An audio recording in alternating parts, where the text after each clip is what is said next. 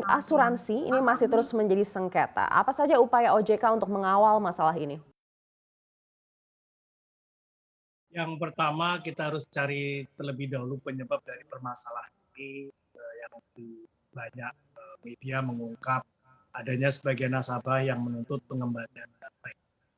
Jadi pengembalian premi ini juga sampai di DPR dan kemudian dibahas bahwa ada mis-selling yang dilakukan oleh beberapa agen asuransi. Ini yang kemudian menjadikan dispute mengenai nilai pengembalian yang memang dituntut oleh para nasabah tersebut.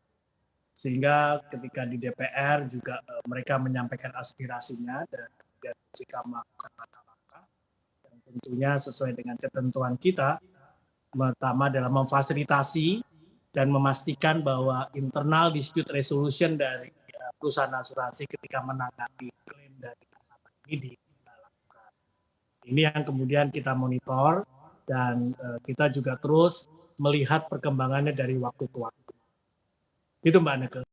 Baik, Pak Anto, OJK memutuskan untuk melarang perusahaan asuransi yang telah bersengketa dengan nasabahnya ini untuk tidak bisa berkolaborasi dengan perbankan.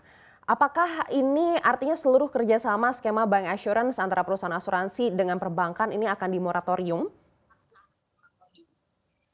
Bagian dari penyelesaian penanganan nasabah ini juga sudah diatur dalam ketentuan OJK. Jadi kita memiliki ketentuan OJK yang mengatur mengenai pelindungan konsumen di sektor jasa keuangan.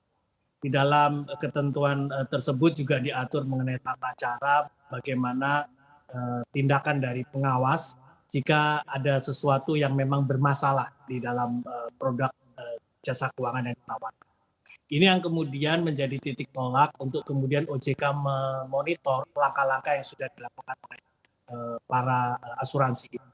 Hari ini kalau kita lihat beberapa pemberitaan, ketiga perusahaan ini sudah menyampaikan kepada publik bahwa mereka akan melakukan tahapan-tahapan setelah sebelumnya internal dispute resolution antara penyelesaian antara perusahaan asuransi dengan nasabahnya belum menemui kesepakatan. Nah, jika belum menemui kesepakatan, maka OJK memfasilitasi dan itu sudah dilakukan ya, dengan membentuk LAPS di sektor jasa keuangan. LAPS inilah yang kemudian nanti akan menjembatani kepentingan nasabah dan kepentingan dari perusahaan asuransi untuk kemudian diperoleh kesepakatan. Karena ini bagian penting dalam produk life cycle di industri jasa keuangan. Sejak mereka mendesain, sejak mereka menjual, dan kalaupun ada dispute itu harus dilakukan suatu pengawasan di aspek pelindungan konsumen. Jadi ini yang bagian penting untuk kita melihat. Nah, jika itu sudah dilakukan, supervisory action seperti apa yang diperlukan? Ini langkah-langkah pengawasan.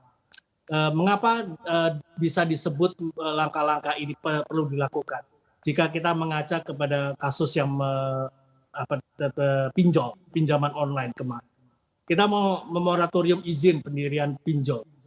Itu adalah karena kita melihat ada sesuatu permasalahan ketika itu berinteraksi antara perusahaan pinjaman online dengan nasabahnya, khususnya yang sekarang masih terdaftar. Tetapi alhamdulillah setelah pinjol itu kita moratorium di tahun 2020 yang waktu itu mencapai 161 perusahaan, sekarang menjadi 103 perusahaan. Artinya ini salah satu proses pengawasan OJK. Demikian juga ketika ada di pasar modal ada masalah dengan manajer investasi. Kita melakukan moratorium pemberian izin baru. Ini langkah-langkah supervisory action yang dalam konteks ini adalah untuk melindungi kepentingan. Jadi sekali lagi ketika perusahaan asuransi ini sudah melakukan tahapan-tahapan sesuai dengan yang diharuskan sesuai ketentuan, maka pengawas bisa melakukan langkah-langkah sampai dengan pelaksanaan moratorium.